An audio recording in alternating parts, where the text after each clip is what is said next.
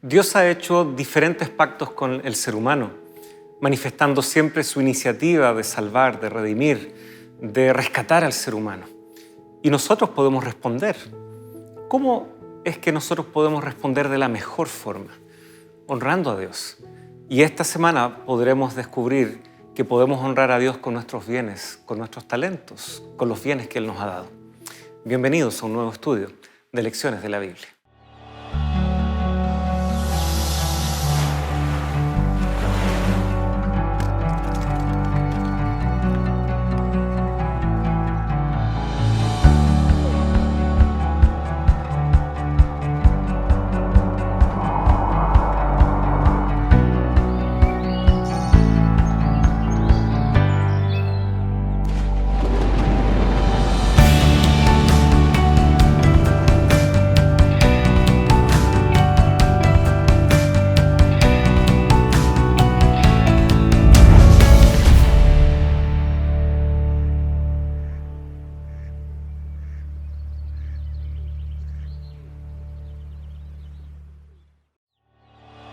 Esta semana, los pactos de Dios con nosotros. Si obedeces cabalmente la voz del Señor tu Dios, para cumplir todos sus mandamientos que te prescribo hoy, el Señor tu Dios te exaltará sobre todas las naciones de la tierra. Además, las siguientes bendiciones vendrán y te alcanzarán si obedeces la voz del Señor tu Dios. Deuteronomio capítulo 28, versículo 1 y 2.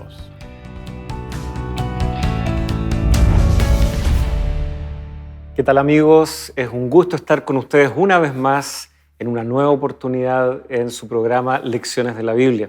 Estamos también con el privilegio de seguir contando con el pastor Luis Saavedra.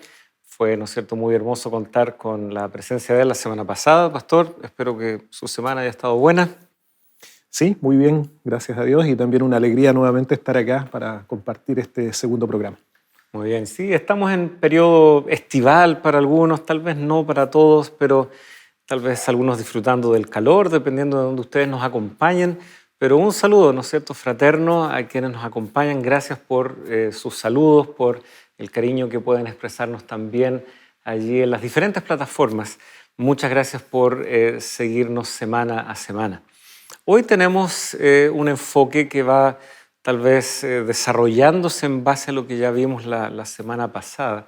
Y tal vez la palabra clave aquí es el pacto, ¿ya? Y la relación que eso implica entre Dios y nosotros. Así que tenemos un estudio fascinante. Vamos a pedir que el Señor nos ayude también, nos dé una mente clara, lúcida, y podamos traspasar a nuestros amigos, ¿no es cierto?, desde la Escritura algunas de estas enseñanzas. Así que vamos a orar, queridos amigos.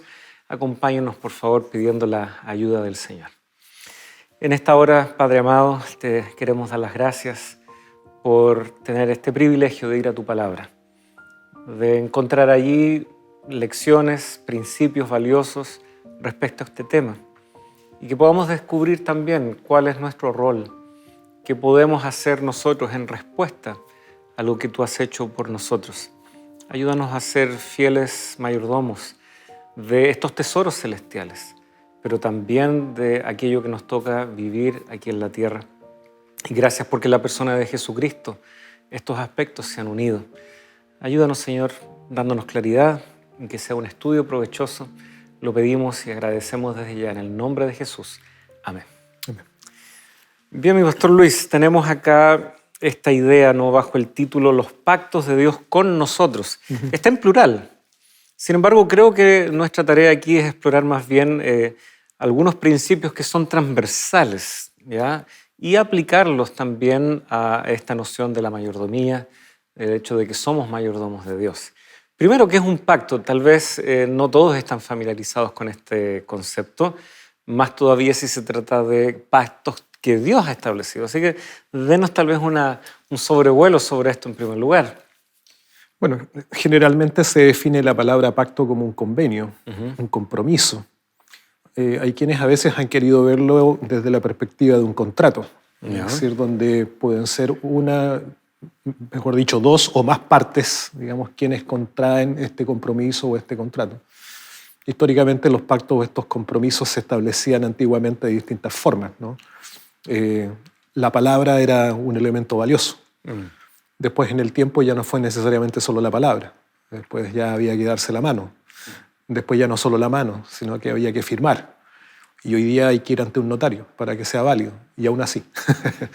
Pero en esencia, hablar de pactos siempre se entiende en este sentido, es decir, compromiso donde existen, podríamos llamar, ciertos privilegios de parte de los contrayentes de este compromiso y donde también se ejecutan ciertas obligaciones mutuas.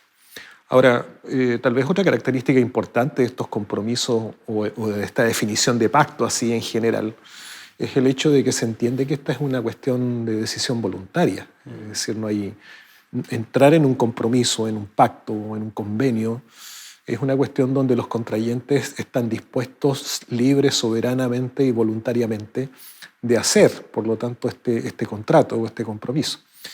Sin embargo, si esto lo llevamos ahora sí al terreno bíblico, nos vamos a dar cuenta, como tú bien mencionaste hace un momento, es el hecho de que el pacto es algo que nace en el corazón de Dios. O sea, el compromiso, la iniciativa del pacto siempre obedece a una voluntad divina de relacionamiento con el hombre. No es el ser humano quien busca a Dios para desarrollar o ejecutar, digamos, un pacto, sino más bien el ser humano frente a la propuesta de Dios, el ser humano responde en esta propuesta. Y eso lo vamos a ver claramente, es decir, el pacto que Dios ha establecido y que nosotros hemos visto a través de la historia bíblica en distintos momentos, circunstancias, con distintas personas, ¿no? Nosotros llamamos el pacto adánico, el pacto, ¿no es cierto?, con Noé, el pacto que Dios establece posteriormente con Abraham, el pacto con el mismo Israel. Es con decir, David. Exacto, sí. Es decir, seguimos en la historia. Son siempre iniciativas de Dios, son siempre iniciativas de Dios. Es Dios quien busca, es Dios quien ofrece, y siempre, digamos, están dadas en el contexto primero de una acción de Dios en favor de. ¿Ya? Por lo tanto, el ingresar al compromiso es una respuesta que el ser humano tiene frente a lo que Dios ya le ha otorgado o le ha dado en bendición. Es algo favorable. Exacto, es algo favorable, siempre será algo favorable. O sea, si lo vemos desde la perspectiva, por ejemplo, del pacto que Dios hace con Adán, ¿cuál era el mayor favor que en ese momento, y obviamente ese pacto adánico nos traspasa para nosotros también? Porque lo que Dios estaba ofreciendo allí, Génesis capítulo 3, versículo 15, era la promesa claramente de la venida del Mesías, es decir, de la materialización de la salvación a través de este Mesías que habría de venir y redimirnos a nosotros del pecado, ¿no? Génesis 3.15 dice, pondré enemistad entre ti y la mujer, entre tu simiente y la simiente suya, este te herirá en la cabeza y tú le herirás en el calcañar. Entonces, claro, si lo vemos desde la perspectiva de la salvación, el pacto de Dios es totalmente favorable y conveniente para nosotros. Se sustenta en la gracia divina, es decir, siempre es una acción favorable en el sentido de que es un regalo de Dios para el hombre. No porque el hombre lo merezca, sino más bien porque el hombre lo necesita. Y por eso Dios actúa en su amor y en su misericordia en favor de nosotros. Ahora, ¿tendrá sentido que alguien reconoce que lo necesita, ve las falencias, las carencias claras en su vida y de alguna manera igual no lo quiera? ¿Tendrá sentido que Dios se lo imponga? O sea, ¿es más fuerte ese deseo de Dios que la respuesta, como tú decías, del ser humano? ¿Cómo sería esa dinámica ahí? Bueno, desde esta perspectiva bíblica, es decir, nosotros nos damos cuenta que la palabra de Dios es clara en decirnos que Dios no te impone salvación. O sea, Dios no obliga a la salvación. No existe ni por una parte este concepto de universalismo, por decirlo de alguna forma, es decir, entendida como que Dios va a salvar a todos, ni tampoco existe este concepto determinista de decir, no, Dios determina la salvación para algunos y por lo tanto otros no se salvan, sino que Dios es, digamos, respetuoso de esta facultad que Dios puso en todos los seres creados, que es lo que nosotros definimos como este libre albedrío o esta libertad moral. Es decir, la capacidad de poder aceptar voluntariamente, decidir voluntariamente, entrar en este pacto, aceptar la salvación e ingresar en el pacto.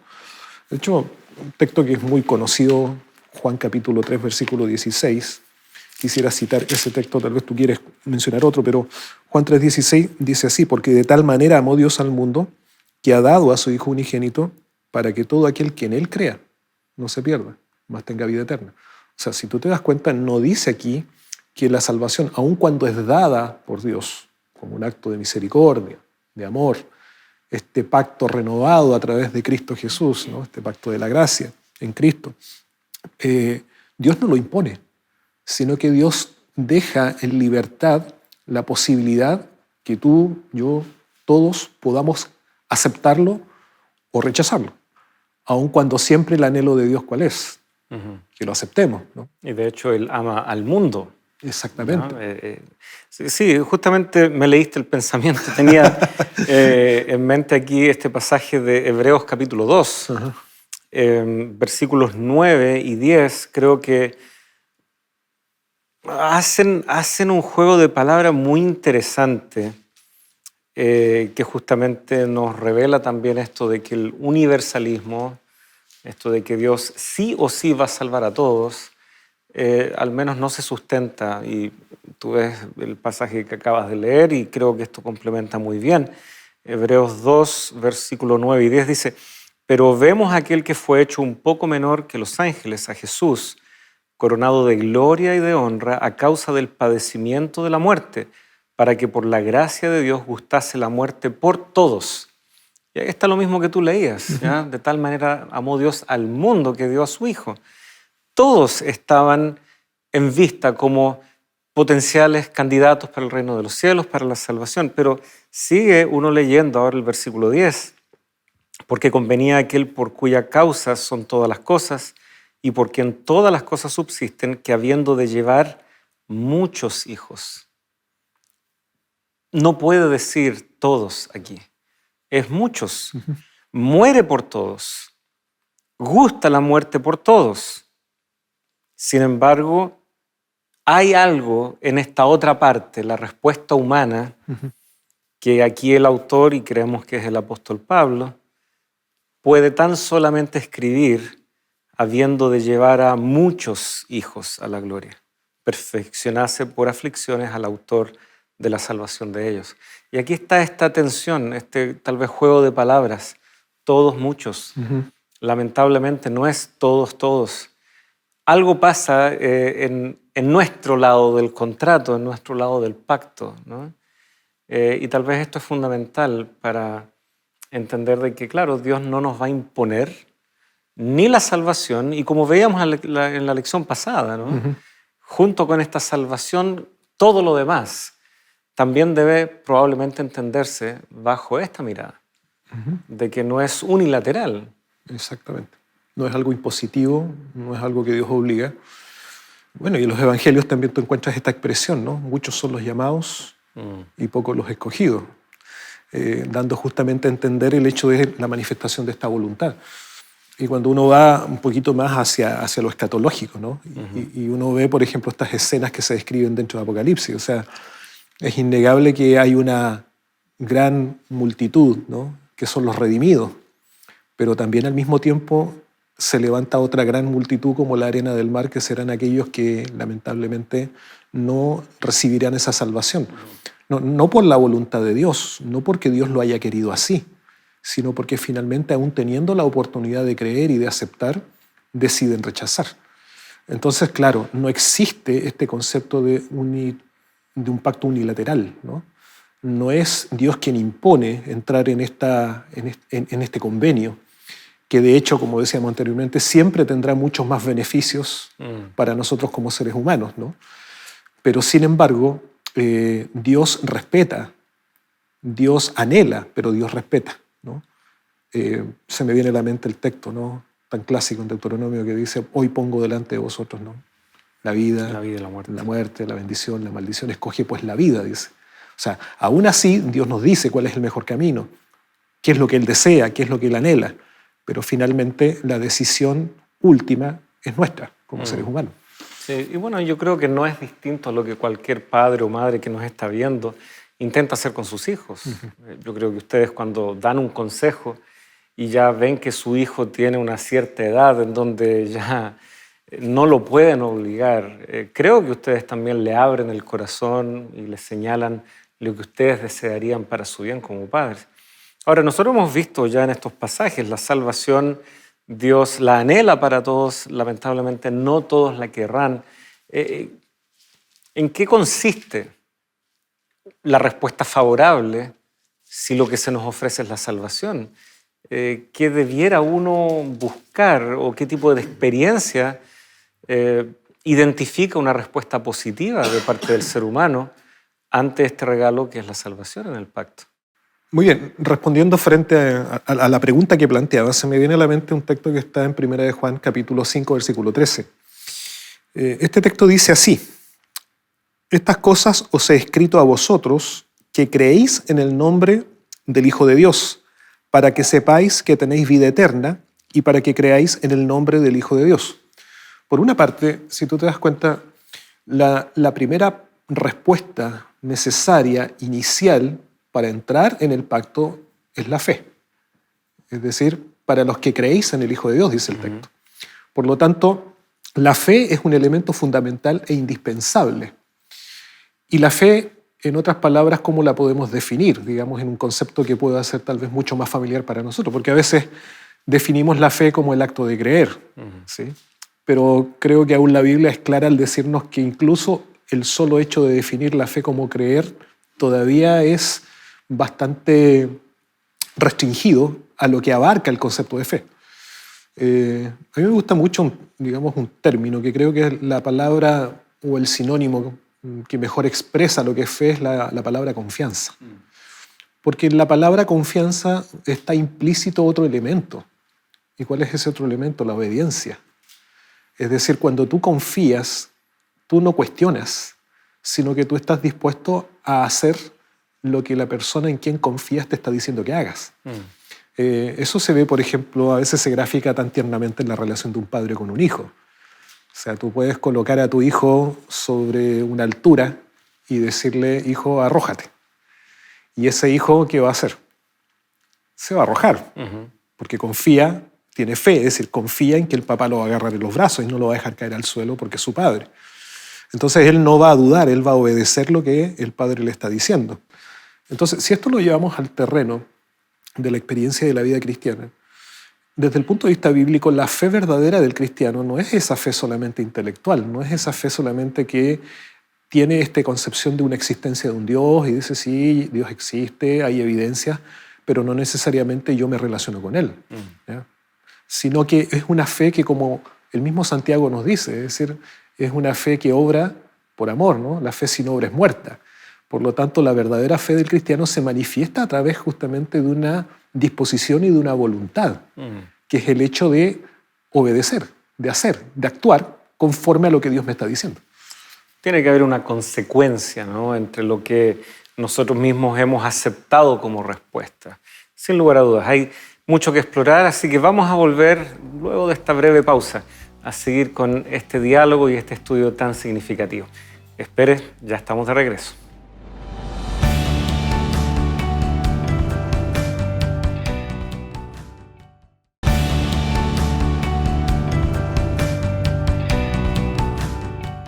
Gracias por permanecer junto a nosotros en su programa Lecciones de la Biblia.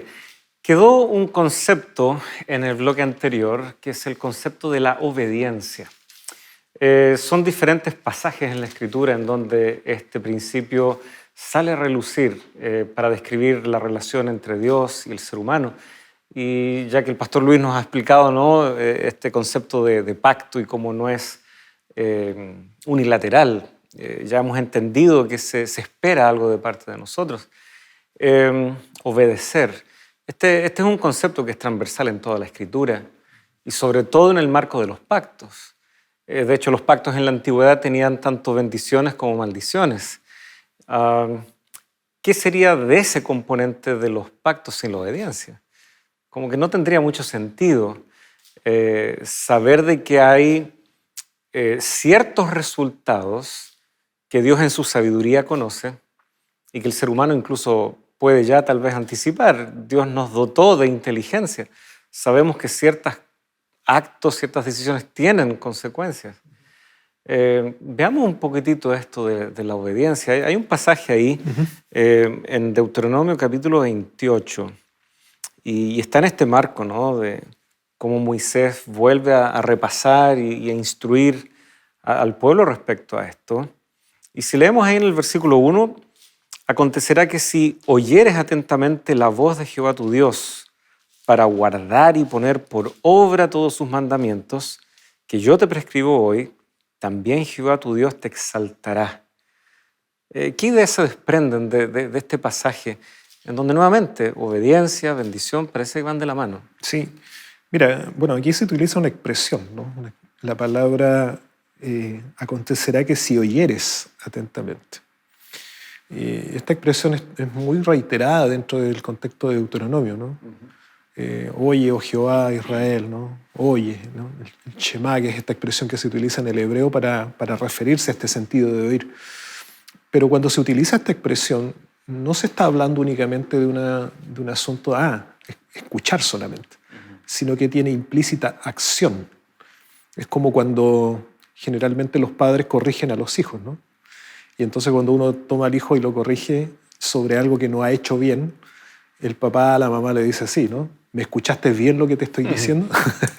Entonces, ¿qué es lo que el niño entiende cuando le dicen, ¿me escuchaste bien lo que te estoy diciendo? No solamente que lo haya escuchado, sino que lo ponga en práctica. Es decir, mira, lo que te estoy diciendo tienes que aplicarlo. Y Dios, de una forma con su pueblo, digamos, en este contexto del pacto, obviamente no lo está haciendo como una reprimenda, un llamado de atención, sino que lo está haciendo en el sentido de una invitación a la acción. Es decir, el oír es poner en práctica. El oír implica obedecer. Por lo tanto, el pacto tiene, por un lado, este componente importante en respuesta de fe que implica, por lo tanto, una acción obediente, donde la obediencia está asociada justamente a las bendiciones de Dios. Y eso es algo que nosotros es innegable, ¿no? Alguien dijo por ahí, la salvación es un don gratuito del cielo que Dios nos otorga.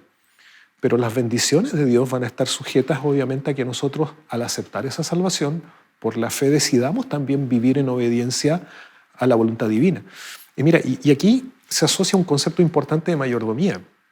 Y es el hecho de que en mayordomía nosotros necesitamos no solamente reconocer a Dios como Redentor y Salvador, sino que algo que tocábamos en la lección anterior, el señorío de Dios, o sea, la soberanía de Dios.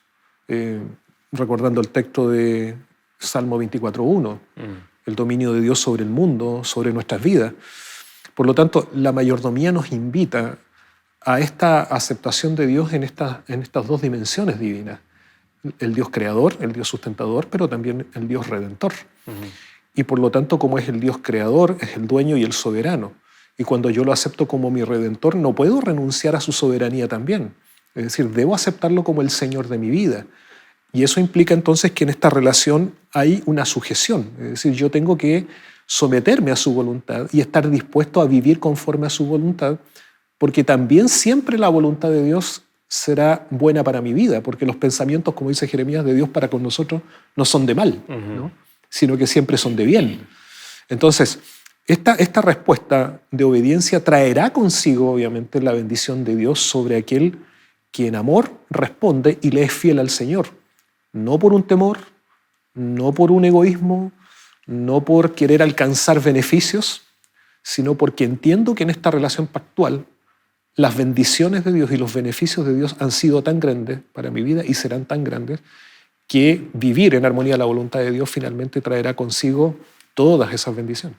Ahora, hemos hablado de obediencia, pero ¿obediencia en qué? ¿En qué ámbitos? Y claramente ya hemos repetido bastante, tanto en lo que va, digamos, de esta semana como la lección del capítulo anterior, la palabra todo, ¿ya? En todos los aspectos nosotros podemos responder en obediencia a Dios. Ahora, un hombre sabio, Salomón, él entendió, incluso en medio de su prosperidad, en medio de todo aquello, de que él debía reconocer de quién provenía todo esto. Él debía reconocer que esto era una respuesta de una iniciativa de Dios. Y de hecho, al inicio de su reinado, tenemos este sueño, visión que él tuvo, en donde él interactúa y responde a una pregunta. Dios le pregunta qué es lo que él quiere y él pide sabiduría. Y este hombre sabio, muy próspero, muy rico, nos da consejos, nos da orientaciones respecto a lo que en sus buenos años él entendió como una manera adecuada de responder en obediencia a Dios. Tenemos ahí un pasaje que de pronto se lee en nuestras iglesias, de pronto se lee antes de algún momento en donde estamos disponiéndonos también a adorar a Dios con nuestros bienes, y de hecho pareciera que desde este pasaje también surge esta expresión. Podríamos tal vez leer ahí en Proverbios capítulo 3, descubrir un poquitito qué aspectos también de esto de ser mayordomos, esto de estar en un pacto con Dios, y que ya entendemos que es una respuesta, y es una respuesta de obediencia, pero ahora Salomón también lo aterriza a algo que es bastante concreto. Exacto. Mira, por una parte es una respuesta de obediencia a los principios de Dios, a los mandamientos de Dios. De hecho, Salomón, como tú mencionabas, ¿no? En Eclesiastés al final dice: el fin de todo el discurso de Dios es este. Teme a Dios y guarda sus mandamientos, porque esto es el todo del hombre. Y se me venía a la mente también lo que Dios le dice a Josué: esfuérzate, sé valiente. Pero también Dios le dice: esfuérzate en cumplir, conforme a todo lo que está escrito en la ley de mi siervo Moisés. Entonces, por una parte, es decir, la respuesta de obediencia se relaciona con lo que es los mandamientos, con una vida en integridad, en conformidad a la voluntad de Dios, a los principios de Dios, principio de la sabiduría. Pero también acá Salomón, como tú mencionabas, en el capítulo 3 o en el Proverbio 3, en el verso 9, dice: honra a Jehová con tus bienes y con las primicias de todos tus frutos. Y tal vez quisiera leer el 10, dice: entonces tus graneros estarán colmados con abundancia y tus lagares rebosarán de mosto. Entonces, la obediencia también se relaciona con una actitud de adoración, ¿sí? Con el reconocimiento de quién es Dios, porque dice: honra a Jehová. Entonces, aquí hay un concepto importante, es decir, ¿y qué implica honrar a Jehová? ¿Qué implica este concepto de honra a Jehová? Honrar a Jehová es colocar a Dios en el lugar que corresponde en nuestra vida. Honrar a Jehová implica, por lo tanto, reconocerlo a Él como el dador de todas las cosas. Reconocerlo como el dador de la vida, reconocerlo como el dador de la salvación, sobre todo, ¿no? Que era lo que enfatizábamos anteriormente. Pero también implica reconocer a Dios, que Dios merece la adoración también por todo lo que Él me entrega. Y en ese me entrega incluye también lo que son nuestras posesiones, llamémoslo así, o estos bienes materiales que son tan necesarios para que nosotros podamos subsistir dentro de lo que es la vida en este mundo. Pero aquí dice el texto, ¿no? Dice: honra a Jehová con tus bienes y con las primicias de todos tus frutos. Recordemos que en el pasado la nación de Israel tenía, por lo tanto, esta buena y sana costumbre de apartar esos primeros frutos de la cosecha como una ofrenda de gratitud a Dios por la bendición de la cosecha. No era fácil, hay que contextualizarse donde ellos viven, es decir, estamos hablando de una zona que es desértica, donde la lluvia no es un elemento permanente, tal vez como en otras regiones del mundo o acá en el mismo país donde nosotros estamos. Y de hecho Dios hizo ese alcance. En Egipto tenían el Nilo, hacían un surco con el talón y plantaban. Ahí ellos iban a aprender ahora, sin embargo, a depender de Dios en esta tierra. Exacto. Por lo tanto, este acto de honrar a Dios, de reconocer a Dios, es también un sinónimo de dependencia. Es decir, es entender que lo que yo tengo en las manos, el fruto de la tierra, la cosecha, y ahora traspasémoslo a nosotros al bien material, es decir, el trabajo, el dinero, el sustento, no provienen de otra fuente, sino es de la bendición que Dios nos da en nuestra vida y que es consecuencia también de ser fieles y obedientes al Señor. O sea, ese punto es importante, pero repito, no es una obediencia por conveniencia. Es decir, no es que voy a obedecer a Dios para que Dios llene mis graneros, ¿no? Sino que es una obediencia que responde a esta relación que se ha restaurado a través de Cristo en este sentido de pacto, ¿no? De alianza. Entonces, claro, al acto de honrar con los bienes, yo estoy reconociendo esa soberanía, estoy reconociendo, por lo tanto, que Dios es quien me sustenta, estoy reconociendo la fidelidad de Dios también para conmigo, estoy reconociendo entonces que todo le pertenece a Él, mi vida, pero también lo que yo, digamos, con su poder, con su fuerza, con su bendición, puedo alcanzar y lograr desarrollar en este mundo. Ahora, alguien podría decir, bueno, mis bienes no son muchos, no es mucho lo que puedo dar, pero ahí es lo bonito, ¿no es cierto?, de este concepto que ya se comienza a asomar, que es el diezmo, que tal vez será motivo de estudio más en profundidad más adelante. Sin embargo, una décima parte es algo proporcional. Sí. Y por lo tanto, honrar a Dios no es algo que esté restringido a aquellos que tienen mucho, ni tampoco Dios entiende que lo está honrando más a alguien que tal vez tenga más bienes en relación a quien tenga menos. Y vemos como entonces tantos conceptos que se desprenden de la iniciativa de Dios hacia nosotros. Por ejemplo, que ante su presencia somos todos iguales, a veces escuchamos decir, o que todos necesitamos por igual de la salvación. Qué hermoso es ver que Dios a través de estas cosas también, bastante concretas, nos lo ejemplifica, nos lo muestra en cosas que tal vez por necesidad necesitamos verlas, justamente en esto que podemos medir. No sé si estoy usando ahí la mejor expresión, pero a veces necesitamos que sea con un fin bastante pedagógico, como nosotros entendemos que somos iguales delante de Dios. Y como mi respuesta, aunque a los ojos humanos puede ser distinta, delante de los ojos de Dios es aceptado como que lo estamos honrando por igual. Es valioso, creo yo, rescatar eso, ya anticipándonos un poquitito, ¿no?, a esta idea que se está asomando aquí. La economía en la antigüedad estaba basada en la agricultura, tú mencionabas. ¿Qué diferencias podrían haber tal vez con nosotros ahora? Hay varias. También ya puede ser motivo de estudio para más adelante. Sin embargo, entendemos que Dios no quiere privar a ningún ser humano de poder tener este gozo de honrarlo a Él. El honrarlo presupone que estamos en una relación, de que no estamos siendo ni ignorados por Dios, ni olvidados por Él, al contrario. Así como nosotros respondemos a Él, yo creo que Dios también se goza en aceptar la adoración de sus criaturas, porque en realidad es para beneficio nuestro. Dios va a seguir siendo Dios, lo reconozcamos o no. La mayor ganancia es para nosotros. Además que hay un sentido de confianza. Es decir, cuando tú honras a Dios, cuando tú obedeces a Dios y honras a Dios respondiendo frente a lo que Dios te está solicitando hacer.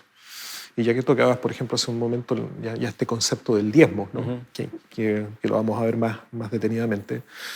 Pero sin embargo, ya ese solo hecho del acto de diezmar implica justamente una fe y una confianza en un Dios que está al control de tu vida, en un Dios que por lo tanto te sustenta, y es confiar en las promesas de un Dios que no te abandona.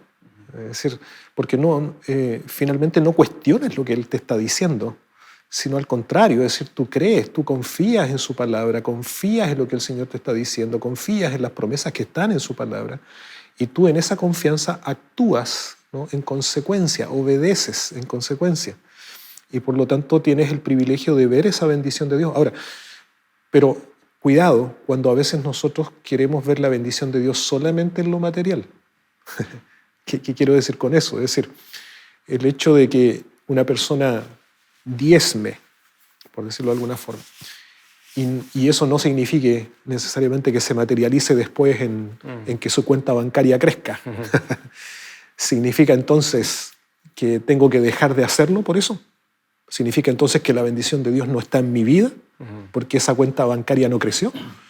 No, es decir, la bendición de Dios se va a materializar en muchos otros aspectos también de la vida.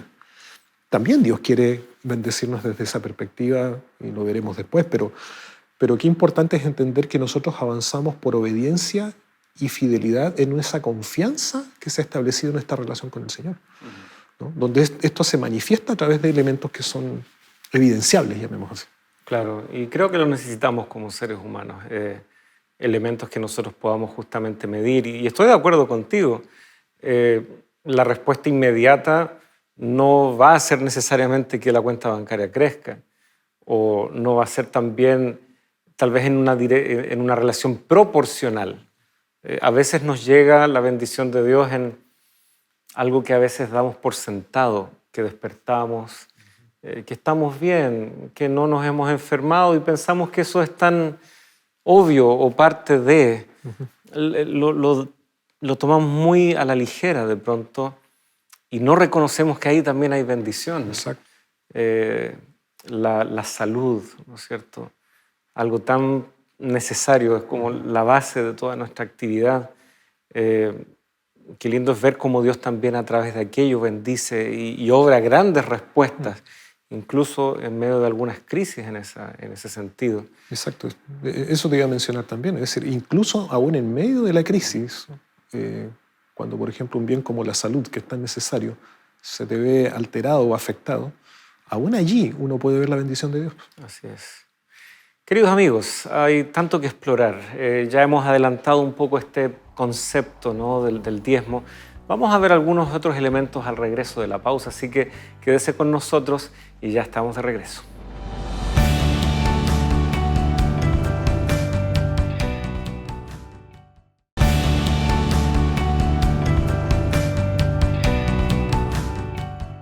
Hola, quisiera preguntarte algo.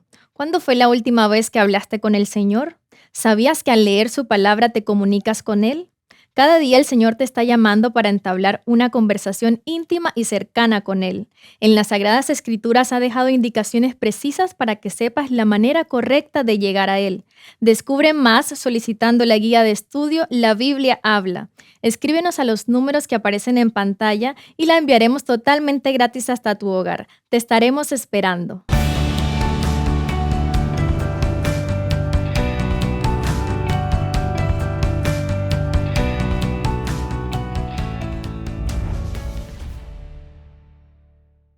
Muchas gracias, queridos amigos, y reiterar la invitación que ya también se les hacía de parte de Escuela Bíblica. Por favor, tome esa iniciativa de responder al amor de Dios y póngase en contacto. Escriba, llame, use su WhatsApp, vaya a las redes sociales de Nuevo Tiempo. Están deseosos de recibir su solicitud de alguno de estos materiales para poder también profundizar su caminata junto al Salvador. En el bloque anterior ya mencionamos algunos aspectos relativos al diezmo y pudimos ya explorar varios principios, varios alcances. Sin embargo, cualquier análisis tal vez del diezmo debe incluir tal vez un pasaje que es clásico tal vez en nuestro estudio sobre este tema, que se encuentra justamente en Malaquías. Y con esto digo que no hayan otros, No. pero es casi imposible no pasarlo por alto porque lo aborda y lo enuncia de una manera tan clara y ramifica también varios otros principios. Así que veamos ese pasaje. A ver, Malaquías, ¿no es cierto? Malaquías. Capítulo 3. ¿Sí? Sí, Malaquías 3, desde el versículo 7 en adelante. 7 en adelante. Muy bien. Dice así: desde los días de vuestros padres os apartáis de mis leyes y no las guardáis. Volveos a mí y yo me volveré a vosotros. Pero vosotros decís: ¿en qué hemos de volvernos? ¿Robará el hombre a Dios? Pues vosotros me habéis robado. Y aún preguntáis: ¿en qué te hemos robado?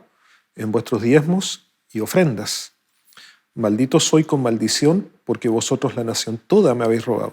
Traed todos los diezmos al alfolí, y hay alimento en mi casa. Probadme ahora en esto, dice Jehová de los ejércitos, a ver si no abro las ventanas de los cielos y derramo sobre vosotros bendición hasta que sobreabunde. Es interesante notar que Malaquías está escribiendo dentro de un contexto particular, ¿no? Bastante especial. Estamos hablando de la comunidad judía posexílica, es decir, de un pueblo que regresa después de haber estado en cautiverio, de haber sufrido el rigor de lo que significa la deportación, el ser alejados, por lo tanto, de su tierra, de haber sufrido muerte, de haber sufrido tal vez pasar por hambre. Y todo eso fue consecuencia de algo que es muy claro y evidente. El alejarse de Dios, el no cumplir finalmente con lo que ellos en algún momento habían dicho, ¿no? en este pacto, en esta relación, de ser fieles al Señor. Y de, por lo tanto, haber permitido que sus corazones se desviaran hacia lo que era el pecado y la idolatría. pero ahora el pueblo regresa y aparentemente parece ser que ahora, después de esa dura experiencia o de esa dura escuela, regresan y las conductas no cambian, por decirlo de alguna forma.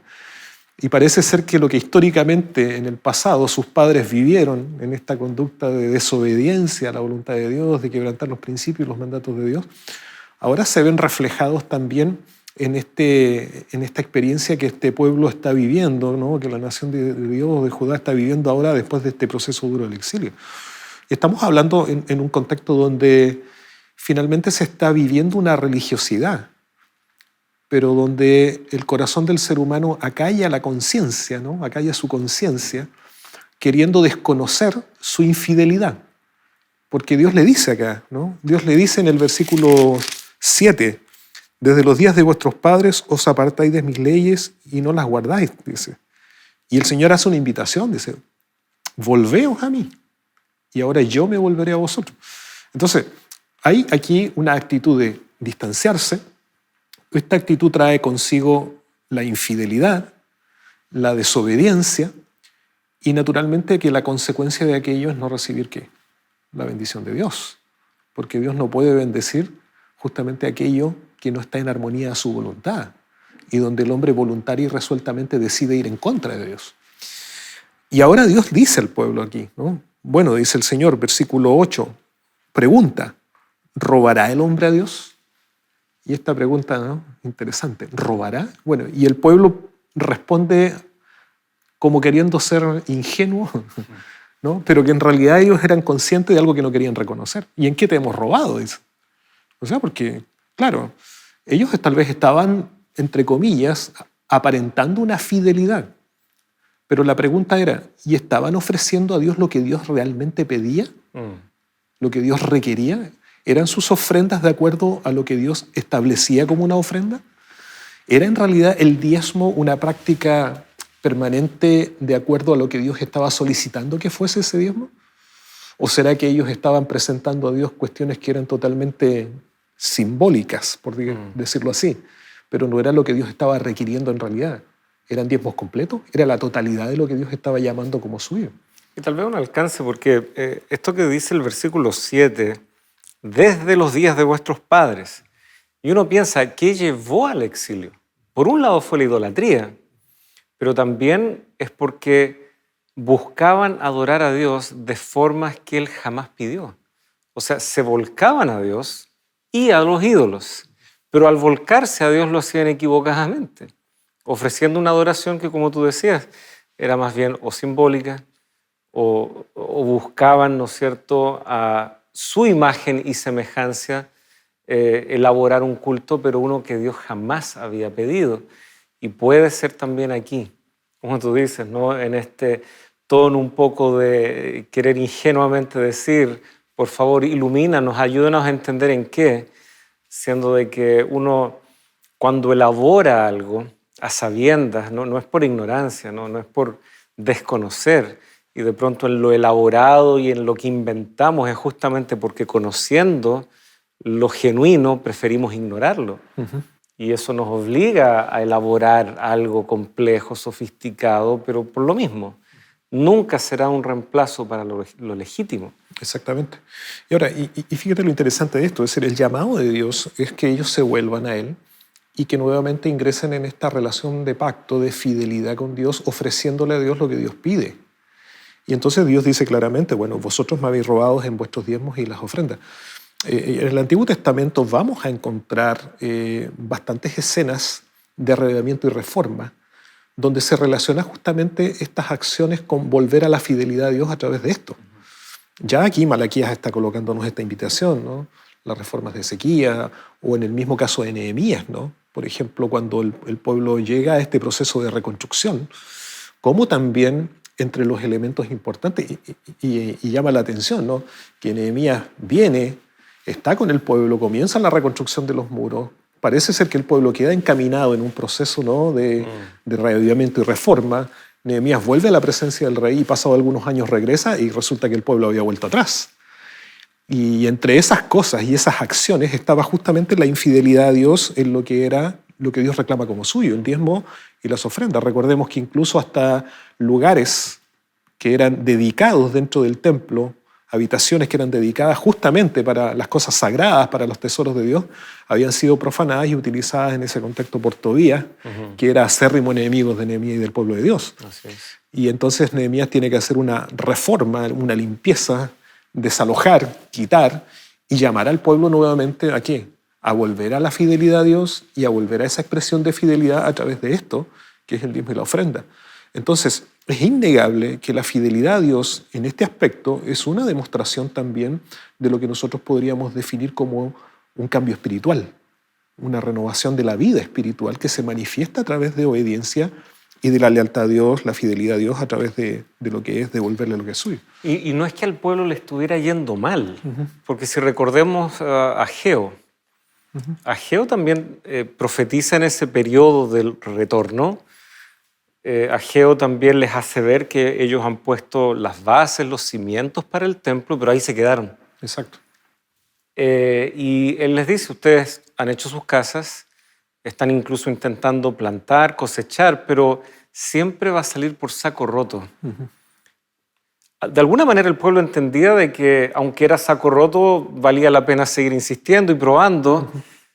A la luz de ellos tal vez no les estaba yendo tan mal, pero tenían totalmente tergiversadas sus prioridades. Exacto, había una distorsión total, porque finalmente, como tú mencionas, o sea, se estaban preocupando de alajar sus casas. De La casa de Dios estaba abandonada. A mí me tocaba a veces pasar por lugares donde quedó puesto un cimiento para lo que iba a ser una casa. De hecho, muy cerca donde viven mis padres, hay justamente lo que es el radier, el cemento, y por diferentes razones no se pudo seguir construyendo ahí. Matorrales, pasto, etc. Sería triste, ¿no?, imaginar cómo estaba ese lugar dedicado a lo que sería la reconstrucción del templo, totalmente abandonado, mientras que el pueblo, a duras penas, con esfuerzo, sin la bendición de Dios, al parecer, por lo que el texto señala, creyendo que les está yendo bien, y sin embargo Dios dice, no, es casi como un saco roto. Claro, algo acumulan, pero nunca será de acuerdo como a lo que él quiere. Lo que yo quiero hacer con ustedes, conforme a la bendición que yo tengo. Claro, imagínate que esa distorsión llegue a tal punto, obviamente basada en el egoísmo, que lleva finalmente al hombre a marginarse de la posibilidad de ser parte de la obra de Dios. Porque en ese contexto, claro, ellos finalmente pensaban en lo suyo y dejaron el templo a un lado. ¿Qué nos pasa a nosotros hoy? O sea, cuando a veces ese espíritu de egoísmo, de mezquindad llena nuestros corazones, ¿no? Y tal vez como lo que describe aquí Malaquías, no estamos ofreciendo a Dios lo que a Dios le corresponde, a lo que Dios es suyo. No solamente nos estamos privando nosotros del privilegio de adorar y honrar a Dios como corresponde, sino que también a través de esa acción estamos de alguna manera entorpeciendo, por decirlo de alguna manera, que la obra de Dios se engrandezca, que el reino de Dios crezca. Así es. Yo creo que durante el periodo intenso, más álgido de la pandemia, aprendimos también a ver la mano de Dios en escenarios desconocidos. Igual pudo ser una bendición, conexiones por Zoom, por Google Meet, qué sé yo. La iglesia se reinventó y muchos descubrieron a la iglesia debido a eso. Pero quienes ya tenían una vida de iglesia, algunos y varios líderes de iglesia, y puede suceder en otras denominaciones también, perciben que ahora que los hermanos de iglesia retornen, que hagan vida de iglesia de nuevo, que vuelvan a ser esa comunidad que se reunía, que podía ser bendición también para sus vecinos, en el marco, ¿no es cierto?, de ese lugar que ellos habían dedicado para adorar a Dios. Esa realidad también se trastocó un poco. Y ciertamente es un proceso complejo. Los sociólogos yo creo que van a estar escribiendo artículos por bastante tiempo sobre cómo nos ha golpeado la pandemia.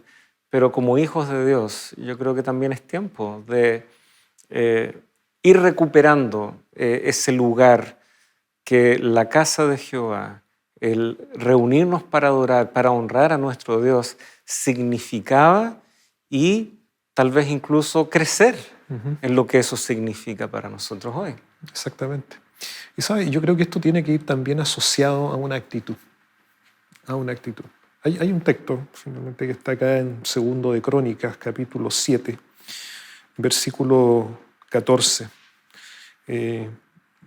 Tal vez versículo 13 dice, si yo cierro los cielos para que no haya lluvia, y si mando a la langosta que consuma la tierra, o si envío pestilencia a mi pueblo, si se humilla mi pueblo, sobre el cual mi nombre es invocado, y oran y buscan mi rostro, y se convierten en sus malos caminos, entonces yo iré desde los cielos, perdonaré sus pecados y sanaré su tierra. O sea, vuélvanse a mí, y yo me volveré a vosotros. Y aquí tal vez, ¿no es cierto?, en este texto se expresa en palabras de Salomón cuál es la actitud que nosotros debiéramos tener al volvernos a Dios. Humildad, reconocimiento de nuestra condición, reconocimiento de nuestra infidelidad, si hemos pecado a Dios, ¿no? o para con Dios, no siendo fieles en todo lo que Dios nos ha solicitado, en los recursos y en tantas otras cosas integrales de la mayordomía. Cuán importante es que podamos escuchar ese llamado y volvernos al Señor, como dice aquí en oración, con humildad, reconociendo nuestro pecado. Y entonces dice Jehová, yo os oiré, dice desde los cielos, y perdonaré vuestro pecado. Y la bendición de Dios también vendrá sobre nosotros. Sin duda. Y qué lindo pasaje también para ya dirigirte a nuestros amigos y hacer alguna invitación que conmueva, que remezca y que en realidad nos sirva a todos para decidir honrar a Dios. Bueno, llegando ya al final de este segundo interesante tema que estamos estudiando durante este trimestre, la invitación de Dios para nosotros es que justamente podamos entrar en esta relación de pacto. Dios es un Dios de amor, Dios es un Dios de misericordia, que Dios nos ofrece lo más grande que es la salvación a través de Jesucristo. Pero no solamente quiere darnos ese don de la salvación, sino también quiere darnos muchas otras bendiciones asociadas con esa salvación. Si es que nosotros estamos dispuestos a aceptarlo y entrar en esta relación tierna, amante de un Padre Celestial que se preocupa por nuestra vida y por todo lo que significa para nosotros como seres humanos. Por lo tanto, la invitación que podemos dejar en esta hora es que cada uno de nosotros podamos ir al Señor. No desechemos la oportunidad que Dios nos da. Aceptemos el llamado, volvamos nuestro rostro a Dios, porque la promesa del Señor es que Él se volverá a nosotros. Quiero invitarte de allí donde estás, que podamos orar en este momento a nuestro Dios. Padre Celestial, en este instante, cuando ya estamos cerrando este estudio, queremos agradecerte por haber indagado un poco más acerca de este tema donde tú nos presentas, Señor, la oportunidad de estar en este pacto contigo. Gracias porque tú siempre has tomado esa iniciativa. Desde el Edén, al crearnos, nos has dado también la oportunidad de la salvación a través de Jesucristo. Tú has tomado la iniciativa de la creación, la iniciativa de la salvación y nos invitas, Señor, a entrar a una relación personal contigo, cercana, donde tu deseo es que nosotros podamos ser bendecidos. Señor, ayúdanos a ser fieles a ti. Ayúdanos por amor a responder a tu llamado, pero también a permanecer en esta relación de pacto, expresando esa fe a través de esa fidelidad, de esa lealtad, de esa obediencia que tú anhelas y deseas que nazca de nuestros corazones. Bendice a cada uno de nuestros amigos que en este momento ahí están viendo, Señor, este programa. Lo rogamos, lo pedimos en el nombre de Jesús. Amén. Muchas gracias, Pastor Luis. Será hasta el próximo capítulo y, queridos amigos, la misma invitación para ustedes. Nos encontramos en un próximo episodio de su programa Lecciones de la Biblia. Hasta pronto y que el Señor les bendiga.